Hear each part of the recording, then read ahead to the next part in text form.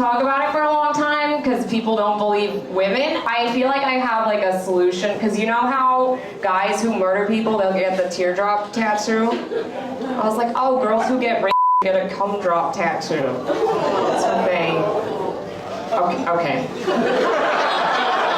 That's fair. I wanted to see how far I could push you. Are you guys sad now? Okay,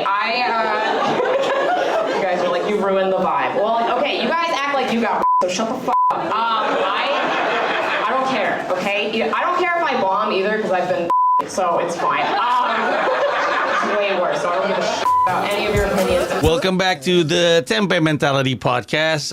My name is Pandji Pragiwaksono. This is a weekly thing. So every week I am going to meet with fellow comics to talk about their upbringing, how they get their funny bone, what made them get into comedy, and how their comedy career is now.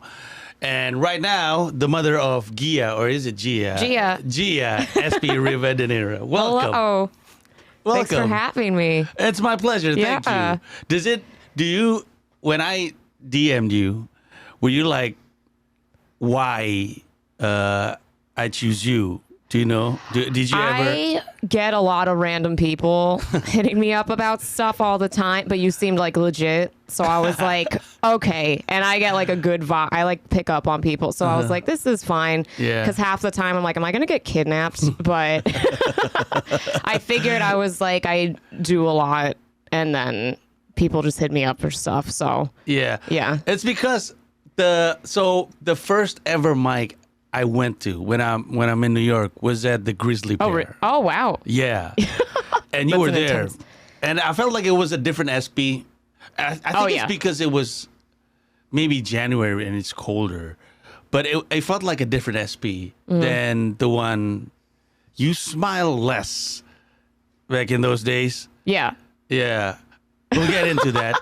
But Yes. I think it's either that one or the one after. I saw, I remember you were talking about, you have this joke about being raped. Yeah. And I was like, oh my God.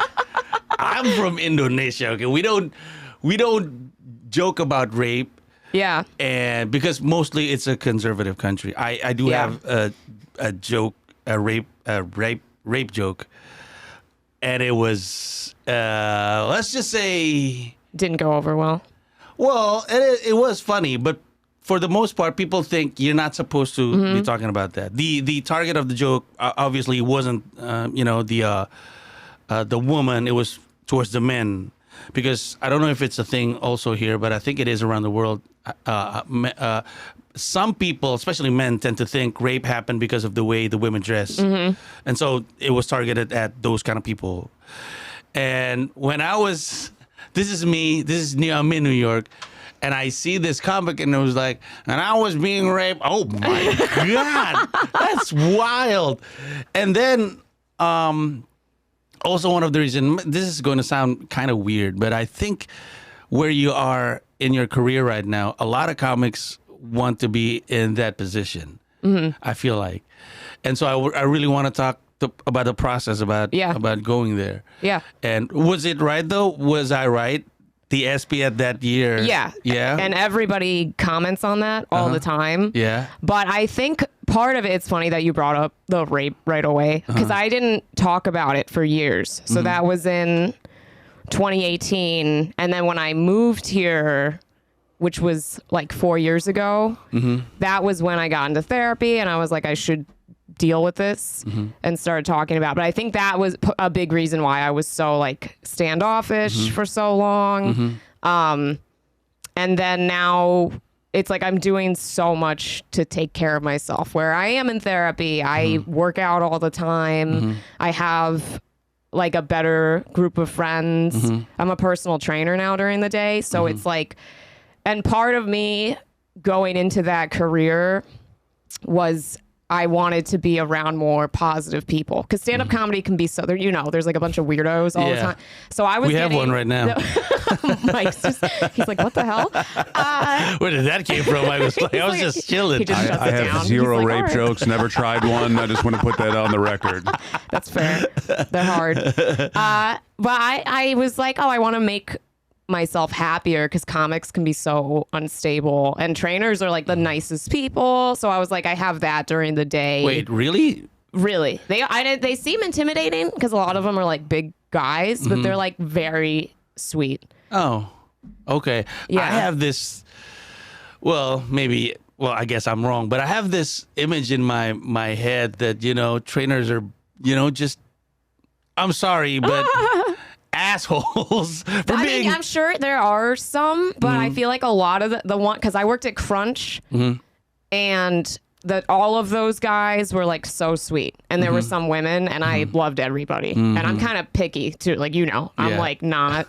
I don't fuck with. Can I swear on here? I don't. Don't fuck with a lot of people. And I was like, damn, like those are some of my best friends. We talk, like I text them, and then now I'm at a private gym, and I'm like, I love all these guys, and there's like women too, but I was like, they're very positive. I think if you're gonna be a trainer, you should want to help people, right? Yeah. So you would hope they're not like bro-y assholes. Yeah. That makes sense.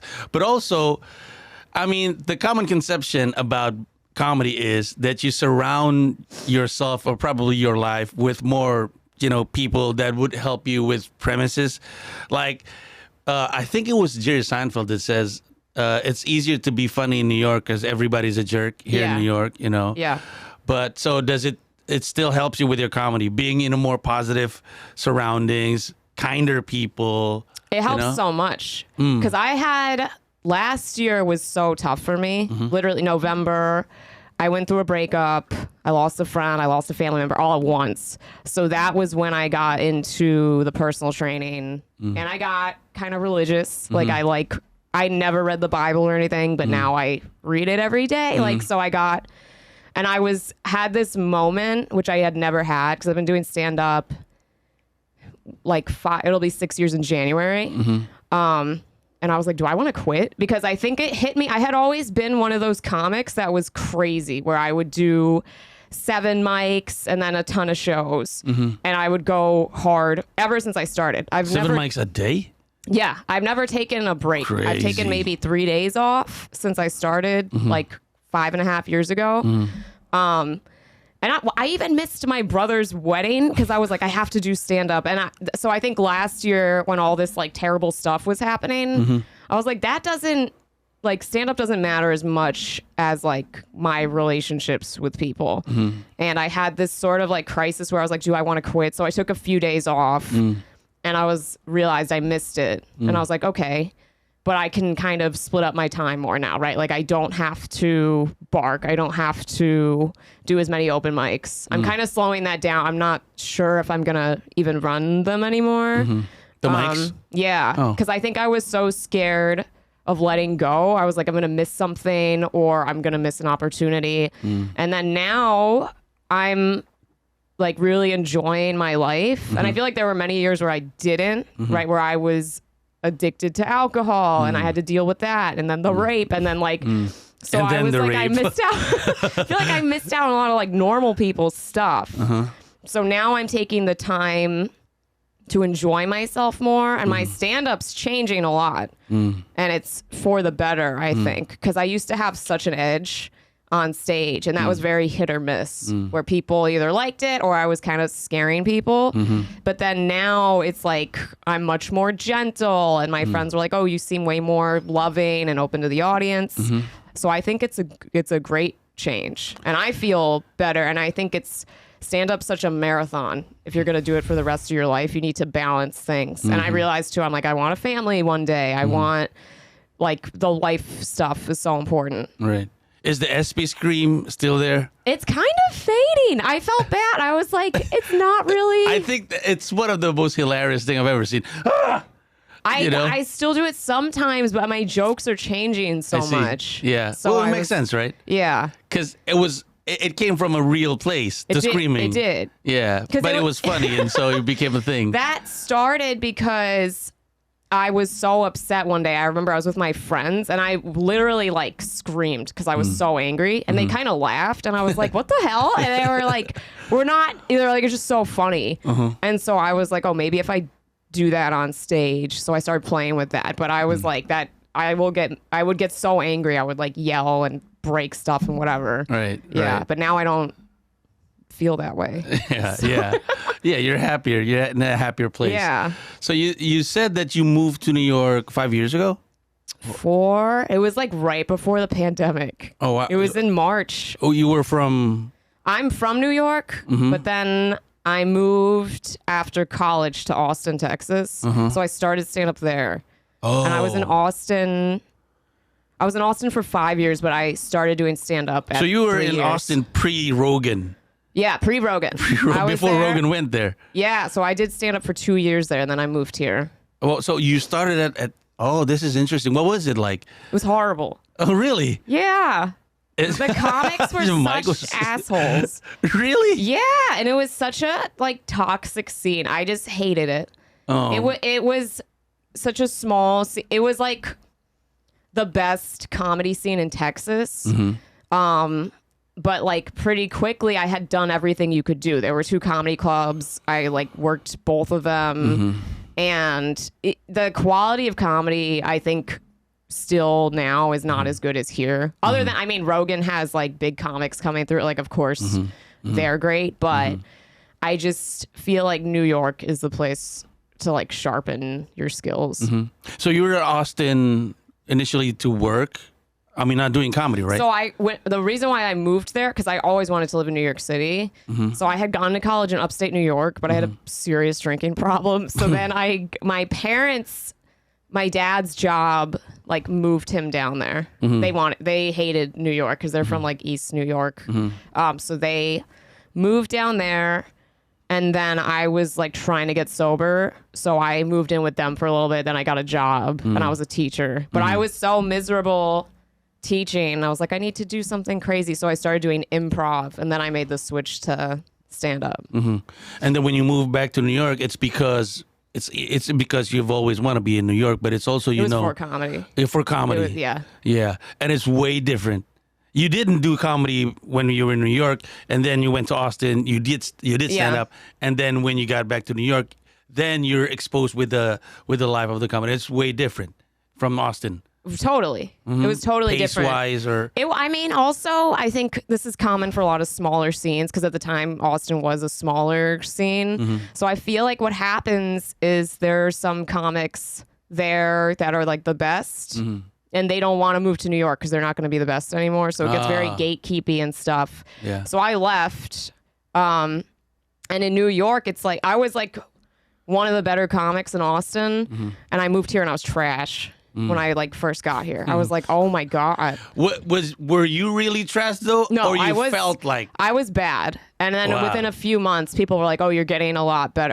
I just knew. I was like, I just have to get up more.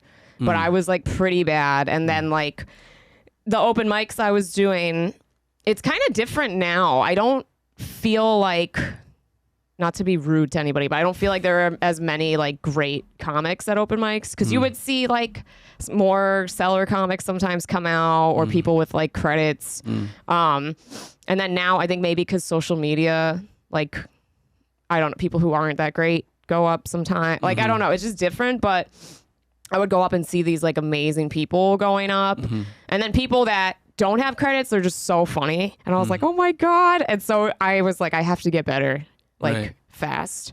So the thing that helped you get better were more mics, or was it? Do you have like a mentor that helped you shape your comedy or whatever? I don't really have a mentor. I guess Seinfeld. He's not my favorite stand-up comedian, but I just respect him so much because his stand-up comedy is so hard. He's like writing about nothing, you know? So I'm like, that's probably the hardest thing to write about. And his work ethic's just amazing over the years. So I would kind of follow that, or like listen to Bill Burr, like just Sarah Silverman, anyone that had made it. I read Sebastian Maniscalco's book, and he was just like, just keep going. That was like what he kept coming back to. It was like, just keep going. And it kind of looks different for everybody. So I was like, as long as I don't quit, because I did kind of suck when I moved here. So I was like, okay, I got to get better and just keep chugging along. I did try the Seinfeld chain, you know, but that Seinfeld write jokes every day. For like 2 hours or whatever. Yeah. And at one point he felt like, so he what's the word? scratch the date on the calendar Yeah. on the wall every time he did a joke, and then he didn't want to have a blank date not to be scratched Yeah. out, and so it became like a chain. And I tried that. I tried to write joke every day for a year, and it was more of me trying to tell myself I can be disciplined in writing jokes. The jokes are trash. Obviously, it's not everything is going to be gold. Yeah. But I get the idea of learning from these people and then taking their whatever discipline they have into ours. So yeah, you sound like you've always been to comedy. I have always loved it. I was kind of shy when I was younger. I think I'm kind of naturally introverted. And so I had always been like drawn to stand up because my parents, my family is very funny, all of them. But I was just like pretty shy for a long time. And so I was like, oh, I don't think I could do that. I remember even like being a kid and trying to get into plays and stuff, and they like would never take me because I would just be so nervous. And when I started stand up, I'm just laughing. Because you know DJ Collins? No. He's a comic here, but he was in Austin too. And DJ Collins? Yeah. But he was just like, yeah, you were trash. Like everybody was like in Austin, I would like shake up there, and it was weird because I had done improv, but I would get so nervous. And then you get over that with time. Yeah. But yeah, my friends from Austin were like, one of them was like, I would walk out of the room when you went up because it was just so like awkward to get out. I was like, damn, I was so bad. Yeah. I wasn't like sometimes comics start and they like have a good set the first time. Like that was not me. It took me like, it was like 12 to 16 times before I got a laugh. And I was like, all right. You told me your parents are funny. Yeah. You're Argentinian? My dad's from Argentina and my mom's French and Italian. French Italian. Yeah. Wow, what was that like growing up? It's wild, right? French, Italian, and Argentina. They're a household. very intense people and like very disciplined. And so my dad's from Argentina, but then he moved to East New York. So he's like East New York is in Brooklyn. I see. Like not my mom was in Flatbush. My dad was in East New York. I'm not sure which part, but maybe by like Broadway Junction. And it was so crazy back then and violent and like all of New York was insane. So they're very like paranoid, neurotic. My mom's like so neurotic people. And they've mellowed out a little bit with age. But they were really strict. Like we didn't get along that. They're funny, but they would just be so insanely strict about stuff. And I was be like, this isn't fair. Like they would let my brothers go do stuff. I see. And then not me. And I was like, what the hell? And I sometimes I think that's part of why I go hard and stand up is because it's such a male dominated thing. I'm like, no, I can do this and be really good. And I remember we would visit New York City sometimes because I lived upstate, and they would let my brothers like go off with my uncle because he lives in Tribeca. And they'd be like, no, come on. Like you have to, I'm a little bit younger than my two older brothers. And I was like, I want to hang out and go on adventures. And they were like, no, like it's not as safe for you. And I was like, this is bullshit. Like, I was like, no, I'm going to move here. So I'm the only kid who's like lives in New York City now. Wow. Yeah. Wow. Your dad is the one, I think I saw him in your Instagram post. The one that's holding The owl? The owl. Yeah. That's your dad. That's really wild. They are like, they're so funny. Yeah, that was a funny photo. Yeah. I don't see that a lot. Like a guy, it was dead, right? Yeah. Yeah, that's wild. Here's a dead owl, and it's huge. Oh, yeah. They're Huge man. super tough, but they're like the sweetest people. Because I guess the owl flew into their yard. And decided this is where I'm going to. Yeah, they were going to go out and like, they were like, should we save him? And my mom was like, if it's still there, we'll bring him to a wildlife place. And they don't care that it's like got these talons and stuff. They're like, oh, the owl's not good. But it was like 1 a.m. because I guess their light went off. Like there's something back there. So they looked and there was just this owl. And they were so funny. They were so sad he died. It's like you act like you knew him personally. Like, But it was also funny for that owl to decide to spend his last day in your backyard. yeah. Right? Yeah. That's weird. It's really weird. You're having a pet of your own. Have you always been, the family loves having We're pets? big into animals. I see. For sure. Yeah. And it's funny, like, people tell me like the way you talk about Gia is she's like this little person. And I will get so pissed if somebody's like, oh, rabbits are dumb or whatever. I'm like, they're not. You just don't know what you're doing. Because she's like, she'll sleep with me. She cuddles up. She follows me all over the place. Like people can't believe it because I'll show videos. They just don't believe me. They're like, no, rabbits don't do that. I'm like, okay, I'll show you. But it's like people just don't know how to like communicate with them. But I feel like me and my family are very good with animals. Like some people suck with even their dogs. They're like dragging down the street. I'm like, you have no idea how to like take care of this thing or communicate with it. Wanting to have a pet and being able to have a pet, are two different things. Some people are just shitty towards their pet. It's crazy sometimes when you see it. But for your parents to see that you have a pet probably makes sense. But was it a surprise for your family to see that you do stand up now, being the the only one who's out living in New York? They were so anti me doing stand up. Really? Oh yeah. They were like, thought it was like a little hobby. And I was teaching kids in Texas. And then I remember my job wanted me to like move up and do more stuff. And I was like, I loved the kids, but I just hated all the bullshit with teaching. And so my parents were like, yeah, do that. And like, I remember there was this like business meeting in Dallas. My principal wanted me to go to. She was like, you can make a lot more money and you can maybe move up and like maybe one day be a principal. And like, you have to do all this stuff though. You have to like study again and go back to school. And my mom was so excited. She was like, this is amazing. And then I had only been doing stand-up for a few months, but I was like, this is what I want to do. And then someone asked me to do a show that night, and I was like, yeah, I'm not going to Dallas. And my mom was so pissed. She was like, what the fuck? And then when I moved here, I like didn't even tell my parents until like 2 weeks before. I like planned everything because I was like, they're going to talk me out of it. And I had my own apartment. But I broke the lease and then I like sold all my stuff and I quit my job. And it was funny because my principal was the only person who was supportive of me going to New York. Like everybody else was like, you're crazy. Because I had no plan. I was just like, I'm just going to go with like a couple suitcases. And I stayed on my friend's couch. But I was like, got rid of all my stuff. And then my parents showed up to my apartment and they were like, you have to take your job back. And I was like, no, it's too late. They're like, I'm sure if you go back and ask. But they were like, this is crazy. And my principal, I didn't even want to I didn't want school to know I was doing stand up. And he was like, wait, why are you leaving? And I was like, I just felt like in my heart, I could be honest with him. And I was like, I'm a stand-up comedian. Like, I don't want to do this. And he was like, oh, then go after your dreams. Wow, that's awesome. Like, I expect you to be on Netflix one day. And I was like, okay, this guy believes in me.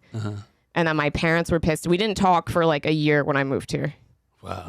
I was like, just so mad at them because I was like, you guys don't see it. And then I think I started getting into clubs and stuff. And my dad knows a lot about everything, but like stand up too. I remember I would watch it when I was a kid and I was like, that looks easy. And he was like, it's really hard. It's really hard to get into these clubs and stuff. So when they heard I was like starting to make money, they were like, okay, she seems like she knows what she's doing. Right. There's this blank spot in your story, but I don't know if you kept it out there because to me, and if you're uncomfortable with the question, just stop me. Yeah, go ahead. Yeah. So you said, going back to the part where you were raped. Oh yeah. That was before you moved to New York, so it was in Austin. It was in Austin. Before starting doing stand up or after doing stand up? It was during stand up. During stand up. Yeah. So and it was didn't like stop a few months. No. You would think that you were doing stand up and then such thing happened to you and then you were like you pull yourself out from everything that reminded you of such trauma. But you kept doing it. Was it in the It was in the comedy scene. Wow. It was a person and I just felt like I was like, that's not gonna stop me from doing this. Wow. So I feel like because I've seen people no. He quit, I think probably because I made a ruckus about it. But I was like, I was like, yeah, that's not gonna stop me. It kind of gave me more of a reason to get up, but it was really hard, and it made my sets really bad because I would be so like anxious. That was a part of my anxiety. And I think, and for a while too, I was like, I just suck at this. And that was part of me moving too. I was like, I just want to be out of this scene. And so then I moved here and everybody's like, this girl's so aggressive. But I think I was like, I'm not going to let comics mess with me. I'm not going to, because I like, also when I was younger, I've always been outspoken and stuff, but I felt like a lot of male comics can be so creepy and there's no like HR or anything, right? So it's like, you have to, and my friends tell me all the time, they're like, you're so respected. Like nobody messes with me. People don't hit on me anymore. Like when I first moved here, I remember people tried to hit on me and I would like pull my taser out and go ballistic and I'd be like, the fuck you say? Like I would lose my mind just so openly because I think guys think you're not going to say anything, right? Because they'll try and do it quietly but I was like, I'll tell everybody. I'm going to go crazy. Even if they were like, you're pretty, I'd be like, the fuck you said? Like I would go nuts. And I try not to talk about sex in my set at all. I don't think it's that funny all the time. It's like an easy laugh, but and I think part of my persona is like a little bit awkward. I think for that reason, because I've thought about it, because I was like, no, I am like, I can be a flirty person and stuff, but it's just interesting how people are like, oh, your persona's interesting. But I wonder if I've had to like tone down the feminine a little bit because of all that stuff. I don't know. I still like wonder about all that. But yeah, I think especially after all of that, when I think about quitting now, I'm like, you went through that. Like there's no reason for you to quit, right? I mean, I don't feel that way anymore. Like I still am all about stand up. Back in Indonesia, because stand up is new in Indonesia. The scene blew out 2011, so it's very, very new. We only have one comedy club right now. Wow. In Jakarta, 280 million, one comedy club. So it's relatively new, and especially for having female comics. And you kind of have to, what's the word? Affirmative action, was it? To make sure more female comics, start doing stand-up. When you moved to New York, was it a thing? Was it harder for female to do stand-up in this scene? Because there are more female comics here, obviously in New York, compared to Indonesia. But what was it like? It's harder for female comics like anywhere. I think it's just gonna be. I did feel like, I mean, maybe because I was so aggressive off the bat, I didn't really have any issues with anybody. But I just get frustrated because I feel like I'm so outspoken, but I feel like if I see a newer girl, I'm kind of like protective because I'm like, is anybody bothering you? Like, or if somebody says something to them at a mic and I'm there, I lose my shit. I'm like, what the fuck? And they're like, thank you. But and I have a joke about it too. I think people tell women all the time, even when you're a kid, they're like, be polite, like don't do that. And I think that's kind of a bad thing to teach your children, like your girls. Yeah. Because it's like, then guys feel like they can say whatever they want sometimes. And sometimes they don't even know. Like that they're just being idiots, right? So I'm like, I'm going to say something so you know.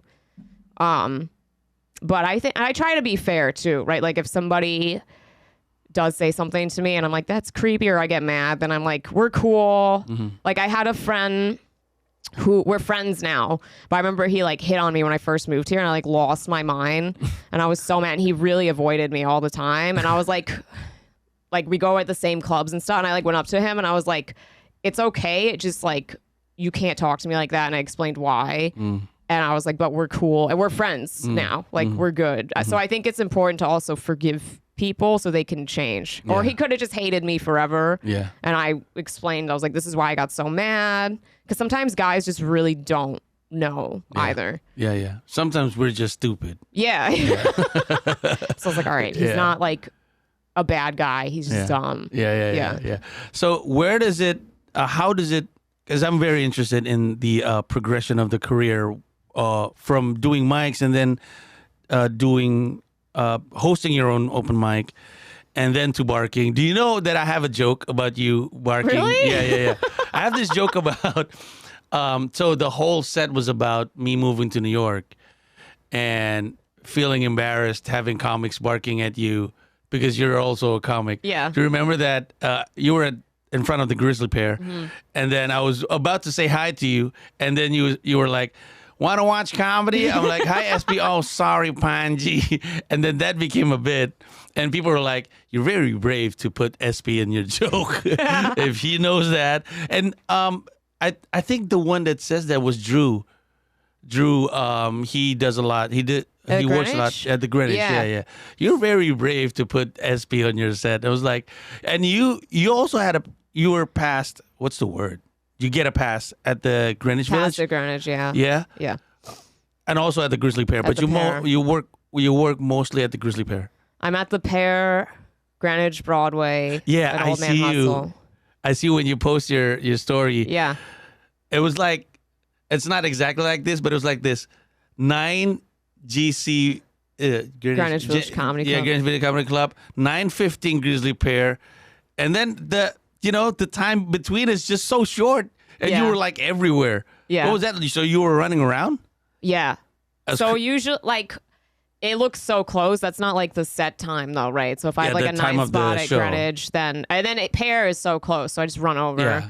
And then like Brooklyn Comedy Club I'm at. Yeah. Sometimes Mob will hit me up to host at like Stand Up New York and New York Comedy Club. So I'm kind of all over as much as I can be. But I'm also not trying to get into any more clubs right now because this sounds so annoying. I don't want to sound like an asshole, but like it's hard to balance because you put in your avails for all these spots, right? And then like I'm like, oh wait, I'm not actually available this day because Pear put me here, and then Old Man Hustle put me here, and I want to just get better at stand up because so many of my friends that I started with, they were driving me crazy too. They were like, we need to get into all the clubs, and I was like, what's the point of that? Like, you get in everywhere, and then maybe you bomb, and then maybe you get unpassed somewhere.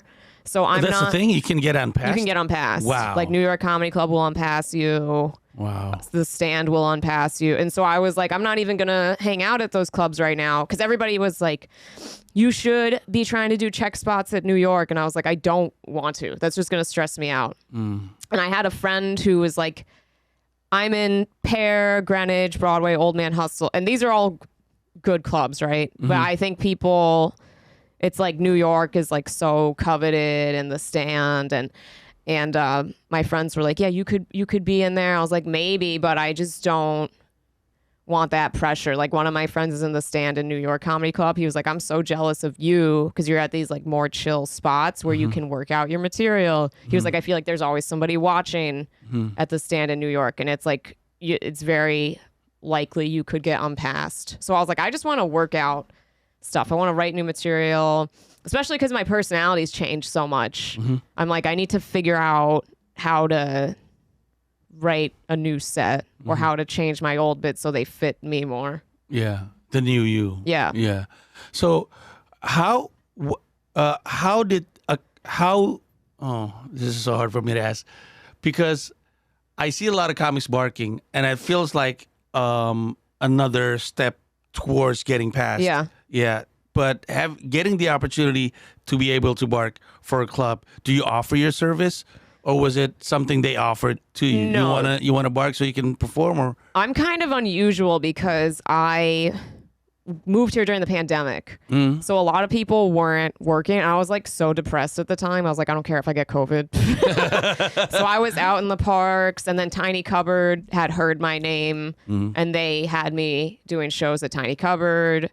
So then the Grizzly Pear kind of heard about me. The booker at the time, Kenny, he knew because I was friends with all the Pear guys first when I moved here. And so they're like such loyal friends. They like talked me up, and then he saw my set, and he passed me pretty quickly before I barked. So afterwards, I had been on unemployment for a while. And then that was running out. And then one of my friends at the Pear, he was like talking about barking. I didn't know you got paid at the Pear. And he was like, oh, I made like $400 last night. I was like, you made how much money last night? And I was like, what? I was like, I thought you just did it for spots. He was like, no, because the Pear was giving me just spots. So then I went to Kenny and Gabe, and I was like, can I bark? They're like, you want to bark? And I was like, yeah, because I just wanted to make money. I didn't know you make money from barking. Yeah, you get half. Wow. And I got really good. I was probably one of the best barkers. So I was out there for like 4 to 6 hours most nights. So I was just barking. And then I did it. I don't know if I think I did it for like 9 or 10 months, like hard. And then I was like, all right.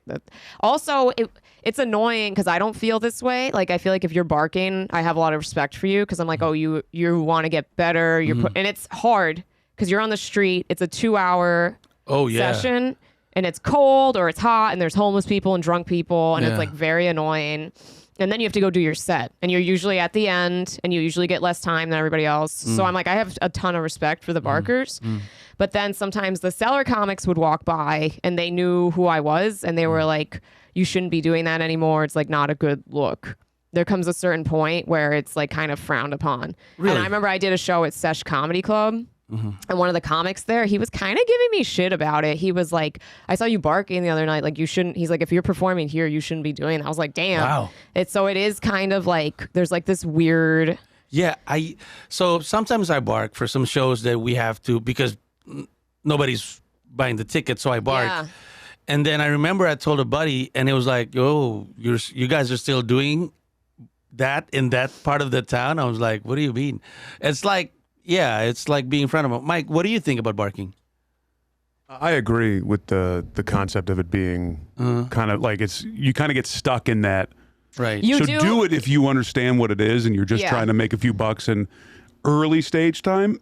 But people will, first impressions are unfortunately crazy important.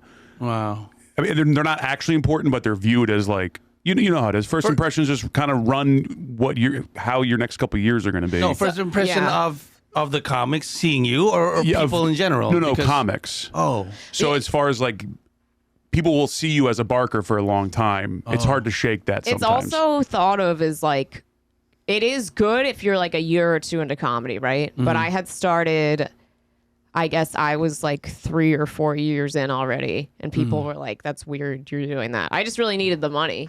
I see. And I wanted a lot of stage time. And it did sharpen me because I would get up like 4 times a night doing barking. So, but then there did come a point where towards the end of it, I was getting like fed up because it was just so irritating. That was probably also adding to my general like angst because it's just a ton of noise and people for like hours. And then I didn't have time to go to other clubs. And I was like, I don't want to just be at the Pear.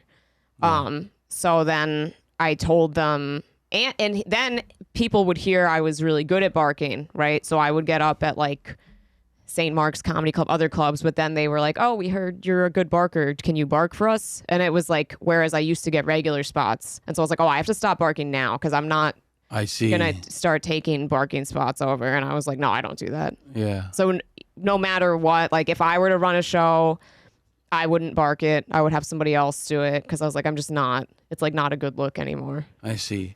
Wow. And then you have no time to go, right? If I bark like 3 shows at the Pear, then I'm at the Pear all night and I can't go somewhere else. Because then I was like, I want to be in a few more clubs. Right. So then I was in at Greenwich, Broadway, and then Old Man Hustle I got into. And I was like, all right, this is good. So just out of curiosity, what makes someone a good barker though? What makes you get that reputation of being a good barker? You just sell a ton of tickets. Yeah, but I mean, but how? It's first of all, I felt like not everybody is the right type of person to bark because you put yourself out there and it's hard, especially for women, for female, because you expose yourself to a lot of risks. But also, if you're basically introverted and you're not a people's person, barking is probably not good for you, right? No. Yeah, but you're also like kind of introverted. I am introverted, so I hated it. I would be out there and I was like, and then my friend Chris Kinback, I don't know if you know him, he's moving back here. He like went to Florida, but we would bark together. We'd be on the same shift and he would be like, just think how bad you want it. Because he hated it too. He was like, all right, we just have to remember like, we want comedy so badly and this will make us a tougher comic. And I would think of it that way. I would be like freezing and I'd be like, okay, like, and it was tough. And then like sometimes there'd be creepy guys and stuff, but I would just be like, fuck off. And I always have my taser on me. And I think like also I noticed, because I remember the first time I barked, I didn't sell any tickets. And I was like, fuck, like how do you do this? It was like 2 hours. And then I watched, there were some guys like my friend and then another guy at the pair who were really good at it. And they were just like, had their own styles, but they didn't seem desperate to sell tickets, right? So I think for me, what worked was it's weird. I didn't put in as much energy to it. I was like, comedy show, and I just seemed like I didn't care either way. I'm like, either you're going to be there or you're not. And then people would come over and be like, oh, like, okay, we'll check it out. Well, there's not really a science then. It kind of depends on, because people would ask me, like newer barkers, they'd be like, what do you do? And I was like, I think it depends on everyone, like your personality, right? Because my buddy, he's more friendly than me. That worked. And people were like, oh, this guy's just so nice. Because I think it's hard for women to bark because you have like the creepiness, but then it's also hard for men to bark because it's like, this is just a random guy. Yeah, and I did that's true. Notice too, like, which I don't really care to use, but I was like, oh, if I dress nicer, if I have a nice jacket on and look more professional, like a blazer or something, people are more likely to come up to you, especially if you seem like serious, I guess. I think it depends. You just have to use whatever you have. Right. It's also hard to differentiate as a comic between a barker at like the Pair versus Times Square. Because the Times Square, do you do Times? Did you ever? Yeah, they're liars. They're just straight up hustlers. Yeah, those guys are like criminals, though. Yeah. Oh, I thought they're also comics, right? No, they're not. Sometimes they are, but most times they're not. Oh, and they're the ones that lie to you. They're like, oh, Tina Fey's going to be in tonight. Like, she's never done stand up in her life, you know? Yeah, they straight up lie. I mean, the barkers on McDougal don't want to do that. There's Greenwich barkers that they're not comics, so they'll lie. They don't care. They'll be like, this person's here, but like, the Grizzly Pear barkers were all comedians, and we were like, we want to respect the seller and not be in the way and like not lie because we didn't want to get in trouble with them because there's like competition between the seller and the parent. Like if you're a seller comic, you're not supposed to perform on McDougal Street other than the seller. Oh, okay. Yeah. Seller meaning also the Fat Black Pussycat and the Village Underground. Yeah. Yeah. So is it different performing for different clubs like this? Like there's a different, you bring different set of jokes to different clubs. Is that like that? Or it's basically I have my set of jokes and I'm going to bring this everywhere? My set is, I feel like it's changing all the time. I'll kind of try and watch before and see what they're like.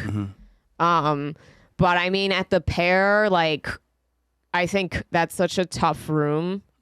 So I learned pretty quick. Yeah, both? McDougal. Oh, okay. Well, Midtown's got a different vibe. It's a little more rich and stuff, but like McDougal really toughened me up because it was like, it's a lot of drunk people. It's kind of trashy. So you have to seem like very confident. And then Greenwich, when I was starting there, I had like a weird time figuring it out. And I was like, oh, I think I have to be a little more nice over here. So there's like a little bit of a different vibe everywhere. Yeah. Yeah. So you're now you got passed at several comedy clubs. Is there a point, or are you working towards your special, or how does most comics in New York decide to say, all right, this is the time to make a 30-minute special or whatever to put out on YouTube? You know, are you planning on that? I want to do that. I don't feel like I'm going to be there for a while. I have such high standards that I'm like, I want like another like 8 years. Wow, really? Yeah. A lot of comics are really rushing towards making a special, and some of them clearly are not ready. Yeah. And I don't want that to be the case. Like my following's going up gradually. And I do post clips and I try to stick to crowd work, or I'll take down a post and put it back up later to keep my algorithm going. And I get booked a lot off of those videos. So I'm doing it because it feels like it's part of what you need to do to get booked. And so people can kind of have a sense of who I am. But I'm not trying to get famous right now. I also think like there's a lot of mental stuff with that, where I've seen some of my friends go a little crazy, like they get passed at the stand or something stupid, and then they're like, I'm such a great I'm like, no, you're not. So I'm like, I just want to stay humble the whole time, because then I've also seen people you wouldn't expect to just quit because they're like, they're not taking care of themselves, and there's all this pressure. Why? What do you mean by not taking care of their career? Like, no, like their like personal life. I think people don't think about that a lot. Where they're like, they get kind of cocky, and then it's like that story of Icarus, like you fly too close to the sun, and then because I've seen that happen to people where they get cocky and then they like their ego inflates, and then they start like drinking a lot more and doing drugs and partying, and I'm like, you're not in any position to be doing that. Like, you're not that funny. And that's just gonna fuck like, I also am very happy I'm sober because there is a lot of drinking at clubs and stuff, but I'm like, this is where you work, so you should treat it like, I think that's a big part of like, be on time, be professional, or if you're gonna be late, let someone know ahead of time. But I'm like, there's so much to it. It's like this, just treat it like a business or a job, you know? Yeah. So, yeah. Which is, it's a little bit counterintuitive for people thinking, oh, I think being a comedian is fun because, you know, you don't have a 9 to 5, but, you know, whatever job you have, having the discipline to do something it helps the career. You have to. Yeah. Even if you're a comedian. And I don't think I'm that funny. It takes me a long time to write a joke. Like, I think I take a longer time with most things. I've noticed it takes me a while to get good at something. But I'm like, I have the discipline to keep going and the grit. So I'm like, I would rather have that than the talent, because I've seen very talented people just fuck themselves up or not take care of themselves. And I was like, I think especially last year was so helpful to me, because I realized, I was like, oh, I have to take care of myself to keep going too. Yeah. That is awesome. This is an awesome conversation. Oh, thanks. Yeah. No, thank you so much. Thank you for having me. Because it's time. And do you have anything to plug? Do you have shows or whatever? Well, this is the podcast will come out. I was like, I'm on the Midnight at Greenwich. I'm at the Pair a lot. If they want to follow me, and I'll post my shows and stuff, it's Espi Rivadeneira on all platforms. It's ESPIRIVADENEIRA. Gotcha. All right. Espi, thank you very much. Thanks for having me. Thank you. And see you guys next week. Thank you. Bye-bye.